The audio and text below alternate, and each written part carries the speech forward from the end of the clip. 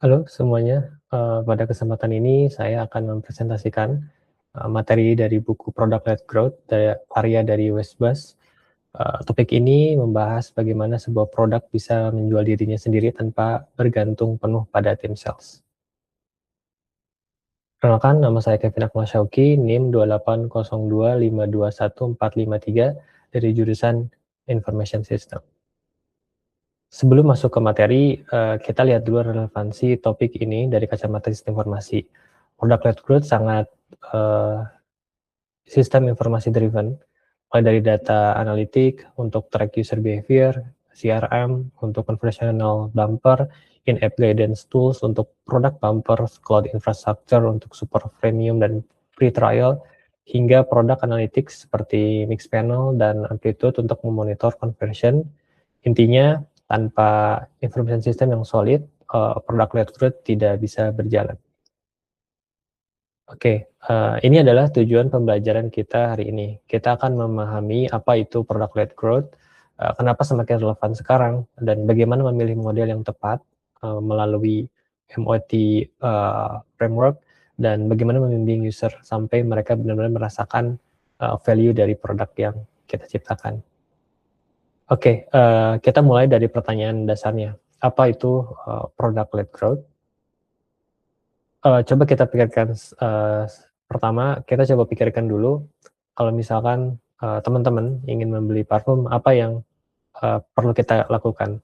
Apakah kita akan mencoba terlebih dahulu, atau kita kalau mau beli sepatu, apa kita perlu coba dulu di toko, gitu ya? Atau mungkin kalau misal teman-teman mau beli mobil, apakah kita perlu minta test drive atau langsung beli? Nah, pola pikir seperti inilah yang jadi fondasi dari product-led growth. Jadi membiarkan produknya yang bicara duluan. Oke, product-led growth adalah go-to-market strategy yang di mana produk itu sendiri yang akan jadi kendaraan utama atau motor utama ya untuk acquire, activate, atau retain customers. Bentuknya bisa berupa freemium seperti Spotify atau free trial seperti Notion. Intinya user bisa mencoba terlebih dahulu sebelum mereka melakukan pembayaran. Nah, sebaliknya, dari product-led growth itu ada sales-led growth. Di sini, kalau teman-teman mau beli produk, teman-teman mungkin perlu ngobrol dulu sama tim sales atau minta demo mungkin terlebih dahulu, baru bisa lanjut pembayaran. Nah, model ini cocok untuk produk yang cukup kompleks, tapi biayanya jauh lebih mahal karena prosesnya yang cukup panjang dan membutuhkan manpower ya, karena perlu ada sales. Oke, lalu kenapa sih product-led growth ini semakin penting di zaman yang sekarang? Nah, di sini ada 3 gelombang besar ya, yang akan mendorong hal ini, gitu ya. Pertama, eee, biaya untuk menumbuhkan startup itu semakin mahal, semakin tahun ke tahun ya, semakin tahun ke tahun itu untuk menumbuhkan startup itu biayanya semakin mahal, gitu ya.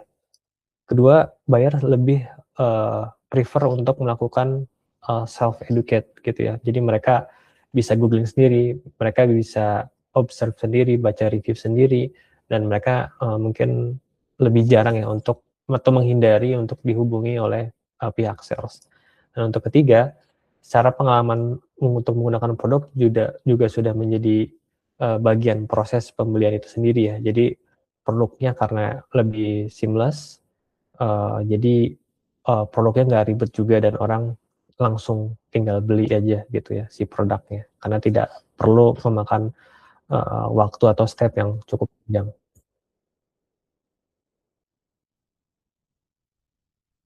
Oke, tapi perlu diingat kalau product-led growth ini bukan solusi untuk semua orang atau semua perusahaan. Jadi memang untuk mengimplementasikannya sangat-sangat sulit dan tentu tidak cocok untuk semua bisnis ya, untuk menggunakan model product-led growth. Jadi kita perlu adanya framework untuk dapat menentukan apakah apakah model product-led growth ini tepat atau cocok untuk produk kita. Nah, di sini ada MOT framework, di mana singkatannya terdiri dari market strategy, ocean condition, audience, dan time to value. Nah, keempat faktor ini bisa membantu teman-teman untuk memilih apakah model produk yang teman-teman bisa implement adalah dalam bentuk freemium, free trial, ataupun demo. Nah, pertama, market strategi. Nah, dari sisi market strategi ada 3 fondasi. Dominan. Nah, pertama ada dominan, di mana produk dapat melayani semua tipe customer ya, dan ini cocok untuk digunakan untuk freemium atau free trial. Contohnya seperti Netflix atau Shopify. Nah, lalu ada model yang kedua ya, tipe yang kedua yaitu differentiated, di mana produknya yang cukup kompleks atau cukup niche, di mana lebih cocok untuk menggunakan free trial atau demo. Nah, contohnya itu di Adobe. Nah, lalu di tipe ketiga dari market strategy itu ada descriptive, di mana ini cocok banget untuk yang kalau misalkan harganya murah atau marketnya baru, di sini penggunaan premium paling efektif ya, contohnya di aplikasi Canva. Nah, lalu kita masuk ke faktor kedua dari MIT Framework, yaitu Ocean Condition. Jadi terdapat 2 tipe ocean condition ya. Yang pertama ada red ocean. Biasanya red ocean ini marketnya udah cukup ramai. Dari mana cirinya? Dari banyaknya kompetitor-kompetitor gitu ya. Nah, biasanya mereka menggunakan produk led growth. Nah, tapi kalau misalkan blue ocean, biasanya ciri khasnya marketnya masih baru-baru gitu ya. Belum banyak kompetitor yang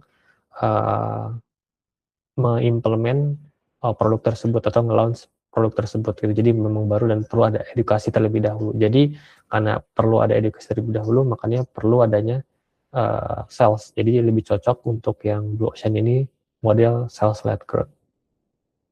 Lalu selanjutnya dari MIT Framework yang ketiga ada faktor lainnya itu audience, di mana di sini tuh dibagi 2 juga.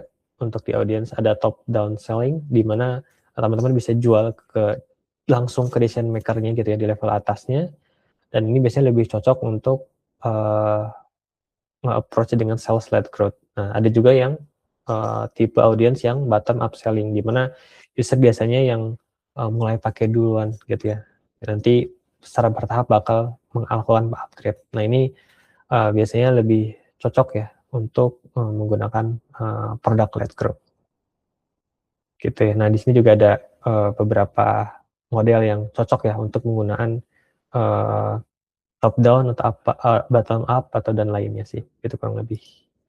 Nah, kita masuk ke faktor keempat dari MIT Framework, yaitu time to value, di mana untuk mengimplementasikan produk led growth yang berhasil, user harus bisa ngerasain si value dari produk yang teman-teman buat ya. Jadi value yang mereka rasakan itu bisa dirasakan dengan cepat, gitu ya, bahkan tanpa bantuan siapapun. Karena kalau misalkan terlalu lama gitu ya untuk mendapatkan value-nya, kemungkinan user teman-teman bakal drop sebelum melakukan mereka bakal drop dan sebelum melakukan convert ke produknya teman-teman gitu. Nah, jadi di sini ada konsep ya yang disebut value gap gitu ya. Jadi jarak antara apa yang user ekspektasikan dengan apa yang mereka ingin rasakan gitu ya. Contohnya ini ada Snappa. Snappa ini adalah sebuah aplikasi online graphic editor ya. Jadi di sini ngejanjiin kalau ngebuat create online graphic itu bisa dalam waktu sekejap, snap gitu ya. Tapi realitanya butuh 10 menit gitu ya. Karena perlu ada setup di awal dulu gitu ya. Karena semakin kecil gap ini, semakin besar peluang konversinya gitu ya. Nah, bisa dilihat kalau misalkan dari Snap ini mencoba untuk menghapus email confirmation-nya ya di step mereka di awal gitu. Karena dengan mereka memangkas satu step ini terbukti ya MRR-nya Snap ini naik signifikan gitu setelah mereka menghapus step verifikasi email yang mungkin tidak diwajibkan gitu dilakukan di awal. Oke, lalu gimana caranya kita bisa mengeliminasi gap value gap apa aja sih yang bisa kita hapus ya? Contohnya kayak tadi step untuk verifikasi email. Nah, di sini ada framework khusus namanya Bowling Alley Framework gitu ya. Jadi penulis buku produk ini, Wes Bos itu memperkenalkan namanya Bowling Alley Framework gitu. Analoginya seperti bowling. Jadi kayak kalau misalnya teman-teman main bowling, mungkin teman-teman perlu adanya jalur yang lurus gitu ya. Nah, ini ada 3 bagian dari bagian bowling. Yang pertama, teman-teman perlu adanya jalur yang lurus gitu ya.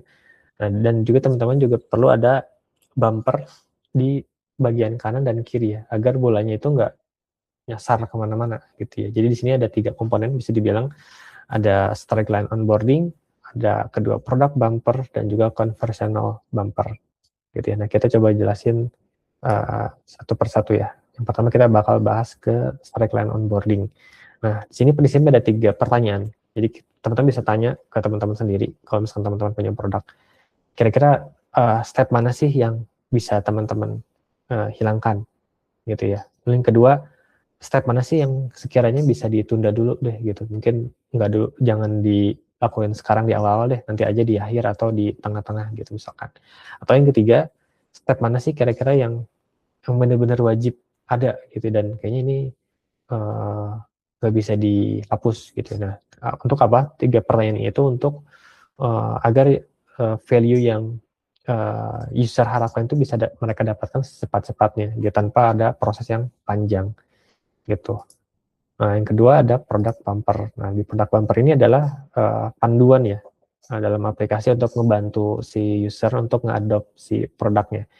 Bentuknya bisa berupa welcome message, atau product tour, atau checklist, atau onboarding tooltip gitu ya, untuk ngebantu para user untuk nge-guide gimana sih cara pakai produk ini gitu ya, contohnya gitu ya. Sampai mungkin empty state untuk user yang awal pakai kan biasanya belum ada mungkin transaksi gitu ya, atau apapun itu bakal kosong banget. Nah, itu perlu ada empty state. Nah, harapannya dengan kita merancang produk bumper ini bisa ngebantu si user ya untuk ngambil aksi pertama gitu, tanpa harus bertanya-tanya ke tim tim kita atau ke salesnya gitu. Jadi produk udah bisa ngejelasin secara sendiri gitu ya, secara otomatis. Oke, ini contohnya ya, bisa welcome message, product tour, checklist, onboarding tool tips, juga empty stats. Nah, kita langsung masuk ke conversational bumper. Nah, ini yang ketiga gitu ya. Untuk di conversational bumper ini ya bisa disebut sebagai komunikasi di eksternal produk kita ya gitu. Nah, biasanya bisa melalui email, welcome email. Kalau misalkan user teman-teman udah melakukan pertama kali pendaftaran, biasanya kan ada informasi ya, notifikasi melalui email untuk nge-welcoming gitu ya, kalau makasih udah daftar dan lain-lain gitu ya, saat pertama kali ngedaftar. Terus juga nanti mungkin bisa teman-teman kasih tips penggunaannya gitu ya, mungkin, atau explainer video untuk membantu penggunaan produk yang teman-teman gitu ya kepada user. Dan mungkin juga kalau misalkan ada untuk nge-reminder si user ya, kalau mereka ngegunain trial gitu ya. Nah, sampai mungkin nanti ada pembahasan terkait studi kasus ya. Produk ini tuh biasanya digunain untuk kasus-kasus seperti apa sih gitu. Cocoknya untuk seperti apa sih gitu. Seperti itu. Nah, itu aja materi yang bisa saya sampaikan. Kesimpulan akhirnya adalah product led growth adalah strategi yang dimana produk dapat jadi motor utama, kendaraan utama atau ujung tombak ya sebuah growth gitu. MIT framework ini bisa banget ngebantu teman-teman untuk memilih model mana sih yang tepat gitu ya untuk produk yang teman-teman lagi buat atau lagi teman-teman implementasikan gitu ya. Nah, harapannya kita dapat meminimalisir si value gap yang tadi kita bahas ya, karena dengan meminimalisir value gap, user teman-teman bisa dapat merasakan value dari produk yang teman-teman buat secara cepat dan tanpa step yang panjang gitu. Dan dengan adanya bowling alley framework tadi ya, bisa menjadi bantuan buat teman-teman untuk memastikan user sampai ke tujuan akhir, yaitu untuk merasakan value dari produknya teman-teman. Itu. Dan berikut adalah sumber materi yang saya dapatkan ya dari buku Product Led Growth karya Westbus tahun 2019. Kalau teman-teman tertarik, teman-teman bisa lanjut dan mungkin bisa lebih detail untuk baca bukunya, dan bisa diakses di productled.com/book. Sekian presentasi dari saya dan terima kasih.